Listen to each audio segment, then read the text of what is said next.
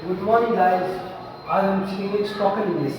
ये spoken English हर ऑफिसों में, स्कूलों में और आपके टॉकिंग हर जगह ईच एंड एवरीथिंग आपकी टॉकिंग इम्पोर्टेंट है। स्पोकन इंग्लिश का मुख्य पार्ट है राइटिंग इंग्लिश,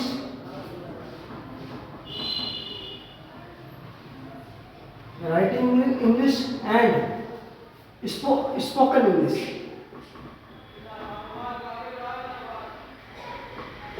ये दो पार्ट होते हैं जिसको आप लिख सकते हैं राइटिंग इंग्लिश, जिसको आप बोल सकते हैं स्पोकन इंग्लिश।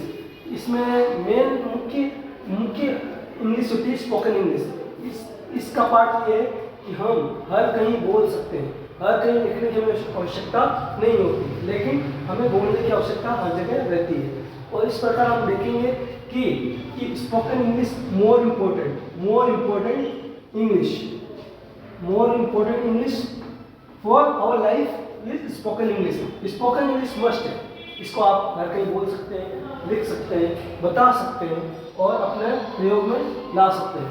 तो इसके लिए हमें सबसे पहले चाहिए कि हमें A to Z capital letter and small letter आने बहुत आवश्यक है। कैपिटल लेटर यानी बड़ी ABCD, A to Z small letter मतलब छोटी एबीसीडी। इनमें दोनों का मुख्य अपना अपना रोल है। A to Z capital letter हर कहीं स्टार्टअप या वाक्य शुरू होने से पहले, वाक्य जब शुरू होगा, जैसे मैं बोलूँगा आई एम अ बॉय, तो फर्स्ट लेटर जो होगा कैपिटल होगा और दूसरे जो लेटर होंगे स्मॉल लेटर होंगे। इस तरह हमारी इंग्लिश स्टार्ट होगी। और हमारी पर्सनालिटी डेवलपमेंट में स्पोकन इंग्लिश का बहुत बड़ा हाथ है। आप कोई भी वाक्य बोलेंगे, कोई भी सेंटेंस बोलेंगे और किसी के सामने जब भी बोलेंगे तो हिंदी वाक्यों का प्रयोग करेंगे, इतना इंप्रेशन नहीं पड़ेगा जितना कि स्पोकन इंग्लिश का पड़ता है। और स्पोकन इंग्लिश में हम देखते हैं कि लोग स्टार्टअप में घबरा जाते हैं। It is so tough, it is so boring and it is very hard, ये सब उनके कमेंट्स हैं। जब आप किसी को इंग्लिश बोलेंगे तो स्टार्ट में आपको सुनने वाले लोग आपको इग्नोर करेंगे या फिर आपकी इंग्लिश को बोरिंग बताएंगे या फिर कहेंगे ये सही नहीं है, ये सेंटेंस सही नहीं है। जबकि बाहर के देशों में देखा गया है वाक्यों को किसी भी प्रकार से बोला जा सकता है और किसी भी लहजे में बोला जा सकता है, उनको इतना ज़्यादा क्रिटिसाइज नहीं करते हैं। जबकि इंडिया में ये स्टार्ट में कोई भी आप कार्य करें, स्पोकन इंग्लिश लेकर कोई भी वर्क है आप करें तो स्टार्ट में आपको रिएक्ट कैसे किया जाएगा, you are not right, you are wrong, your word is so poor, your writing is so weak, ऐसे वर्ड हमें सुनने को मिलते हैं। बट घबराइए नहीं दोस्तों और डियर स्टूडेंट्स, हमें घबराने की आवश्यकता नहीं है। कोरोना के कारण काफ़ी लोगों ने अपनी इंग्लिश बोलने की क्षमता, लिखने की क्षमता, सोचने की क्षमता को कम कर दिया है। तो हम इसको इम्प्रूव भी कर सकते हैं। समय जो भी मिलता है हम उसको पॉजिटिव यूज भी कर सकते हैं और नेगेटिव यूज भी कर सकते हैं। ये हम पर डिपेंड है, उसको हमको प्रयोग कैसे करना है। तो हम आज सीखेंगे स्पोकन इंग्लिश। हमने आपको बताया A to Z capital letter अनिवार्य रूप से आपको आनी चाहिए, फिर दूसरा A to Z small letter आपको अनिवार्य रूप से आनी चाहिए। इसके बाद कि जो इंग्लिश है उसको ग्रामर में डिवाइड कर दिया गया है। ग्रामर से ही आपको A to Z spoken English के पार्ट्स सीखने को मिल जाएंगे। जैसे स्टार्ट में हम चलते हैं, कुछ वाक्यों को हम हिंदी में लिखते हैं, जैसे यह एक आम है।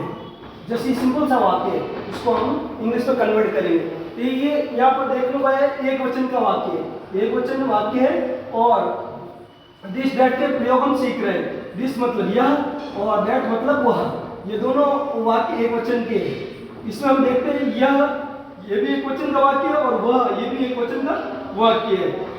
लेकिन दोनों में अंतर क्या है, यह पास की वस्तु के लिए लगता है जबकि वह दूर की वस्तु के लिए लगता है। तो दोनों में दिस दैट का प्रयोग होता है और कोई भी वस्तु पास की पड़ी हो तो उसे हम कहेंगे दिस इज अ टेबल, और वही चीज दूर पड़ी है तो that is a table.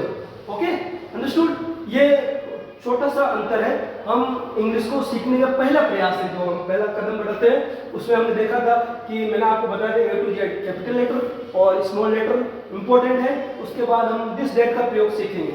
A to Z तक आप स्पेलिंग भी याद कर सकते हैं, apple, ball, cat, dog, egg, fish, gun या girl, horse, horn, ice, iPod, jug, joker, kite, king, lion, lips, monkey, man, nest, nose, orange, ox, pea, क्योंकि parrot, poor, pipes, queen, many more, queen, rose, rat, ring, ship, sun, sunflower, toy, tiger, umbrella,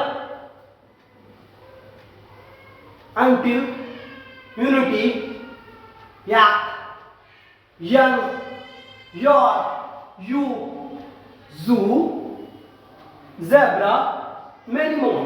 इस तरह की spelling हम startup में सीख सकते हैं। First chapter या पहला दिन कहें तो हमारे यही होगा कि ए टू जेड मीनिंग्स आनी चाहिए, ए टू जेड तक कैपिटल लेटर्स आने चाहिए और ए टू जेड स्मॉल लेटर आने चाहिए। उसके बाद हम फर्स्ट पार्ट में ले लेंगे दिस दैट का प्रयोग हम देखते हैं और सीखते हैं। जैसे मैंने आपको बताया दिस भी यह एक वचन के लिए आता है और दैट भी एक वचन के लिए आता है। बस फर्क ही है पास के लिए, दूर के लिए,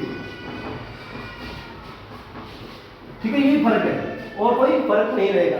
हमने इसको देखा, अब इसका प्रयोग कैसे करना है। जैसे हम देखते हैं कि कुछ प्रयोग हैं उसको हम सीखते हैं कि इनका प्रयोग कैसे करना है। आपको जैसे बता दिया गया है अगले वाक्य में कि इनका प्रयोग कैसे करेंगे। इसका प्रयोग हम इस तरह करेंगे जैसे यह एक घर है और इसी वाक्य को हम वह में लिख सकते हैं वह एक घर है। दोनों में अंतर क्या है? दोनों घर ही है, राइट, दोनों घर ही है, लेकिन यह तो पास में घर है और दूर में ही घर है। तो इसको हम ऐसे कन्वर्ट करेंगे दिस इज अ हाउस और यहां पर होगा that is a house. Simple, दोनों वाक्य सेम थे लेकिन यू या और वह का फर्क था। एक घर पास में था और एक घर दूर में था। इस तरह से हमने इसको कन्वर्ट कर दिया और इसको बदल दिया या दिस और दैट में, ठीक है। इसके बाद में हमारा अगला आएगा कि कुछ वस्तुएं जो होती है बहुवचन में होती है। कुछ जैसे देखिए कुछ व्यक्ति होंगे, कुछ एक होगा तो कुछ बहुत होंगे। एक से अधिक को बहुवचन की कैटेगरी में रखा गया है, उसको बोलते हैं दीज और दोज। दीज मींस ये और दोज मतलब वो, ये वो सभी, वो सब, इनको इस कैटेगरी में रखा गया। अब इनको कैसे बनाएंगे हम? एक वचन के वाक्य को हमने सीखा दिस दैट के में कन्वर्ट होंगे, इस तरह ये और वो के वाक्य भी कन्वर्ट होंगे। इनको इस तरह से लिखेंगे जैसे ये सब लड़कियां हैं। ये सब लड़कियां मतलब लड़कियां बहुत सारी हैं, ठीक है। तो अब इनको कन्वर्ट करेंगे these are girls. These are girls मतलब ये सब लड़कियां हैं। अब कुछ लड़कियां बहुत दूर भी हो सकती हैं, वो सब लड़कियां हैं, वो सब लड़कियां हैं। दोज आर गर्ल्स, वो सब लड़कियां हैं। इस तरह से हमने दिस दैट के वाक्य को बनाना सीख लिया। पहले देखिए हमने यह वाक्य सिंपल वाक्य बनाना सीखे, मतलब एक वचन के वाक्य को। उसके बाद हमने सीखा कि बहुवचन भी हो सकती हैं। कुछ बच्चे एक होंगे तो बहुत सारे बच्चे भी होंगे। जिस तरह एक बकरी होती है तो बहुत सारी बकरी, जैसे एक साइकिल तो बहुत सारी साइकिल्स। इस तरह वाक्यों को कन्वर्ट करना हमें आना चाहिए। First impression is the last impression, इसको हमें याद रखना है और छोटे छोटे स्टेप में हमें आगे बढ़ाना है। और जब भी आपको कुछ वर्ड आने लगे या स्पेलिंग्स आने लगे या फिर कुछ वाक्य आने लगे तो डायरेक्ट आप उनको प्रयोग किसी के बीच में ना करें, अन्यथा आपको कुछ न कुछ नेगेटिव सुनने को मिल सकता है। इसलिए आप चाहें तो उसका धीमे धीमे प्रयोग करें। Yes no, yes no, yes no, yes, hello, how are you, fine, good morning, good afternoon, good evening, good night, dear, hello, how are you, hello, are you happy with that. कुछ वाक्यों को शुरुआत से हम छोटे छोटे बोल सकते हैं, जैसे हेलो, और मैं बोलते हैं हेलो, इंग्लिश वर्ड है ठीक है, इस तरह हम अपने वाक्य को शुरुआत में ही छोटे छोटे रूप में बोलना सीख सकते हैं और अपनी पर्सनैलिटी को डेवलप कर सकते हैं। इंग्लिश बोलना एक आर्ट है, this is the art, this is the art. और ये हिंदी की तरह ही आसान भाषा में बोला जा सकता है।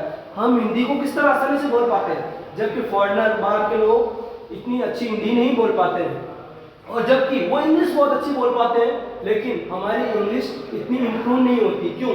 कारण ये है, वो इंग्लिश की जो प्रक्रिया है उसी से छोटे से बड़े हुए, और हम हिंदी की प्रक्रिया को लेकर बड़े हुए, और सारी एक्टिविटी हमने हिंदी में सीखी है। जैसे हमें पेरेंट्स घर पे कहते हैं बेटा इधर आओ, तो हमने वाक्य को सीखा, बेटा इधर आओ, बेटा ब्रश करो, ब्रश करो, तो हमने हिंदी में इस वाक्य को सीख लिया। इस तरह इंग्लिश में जो फॉरेनर होते हैं इसी वाक्य को इंग्लिश में कन्वर्ट कर, dear my son come here please clean your teeth, right. तो इस तरह से वाक्यों का जन्म होता है, और हमारी इम्प्रूवमेंट में इंग्लिश का अहम योगदान है।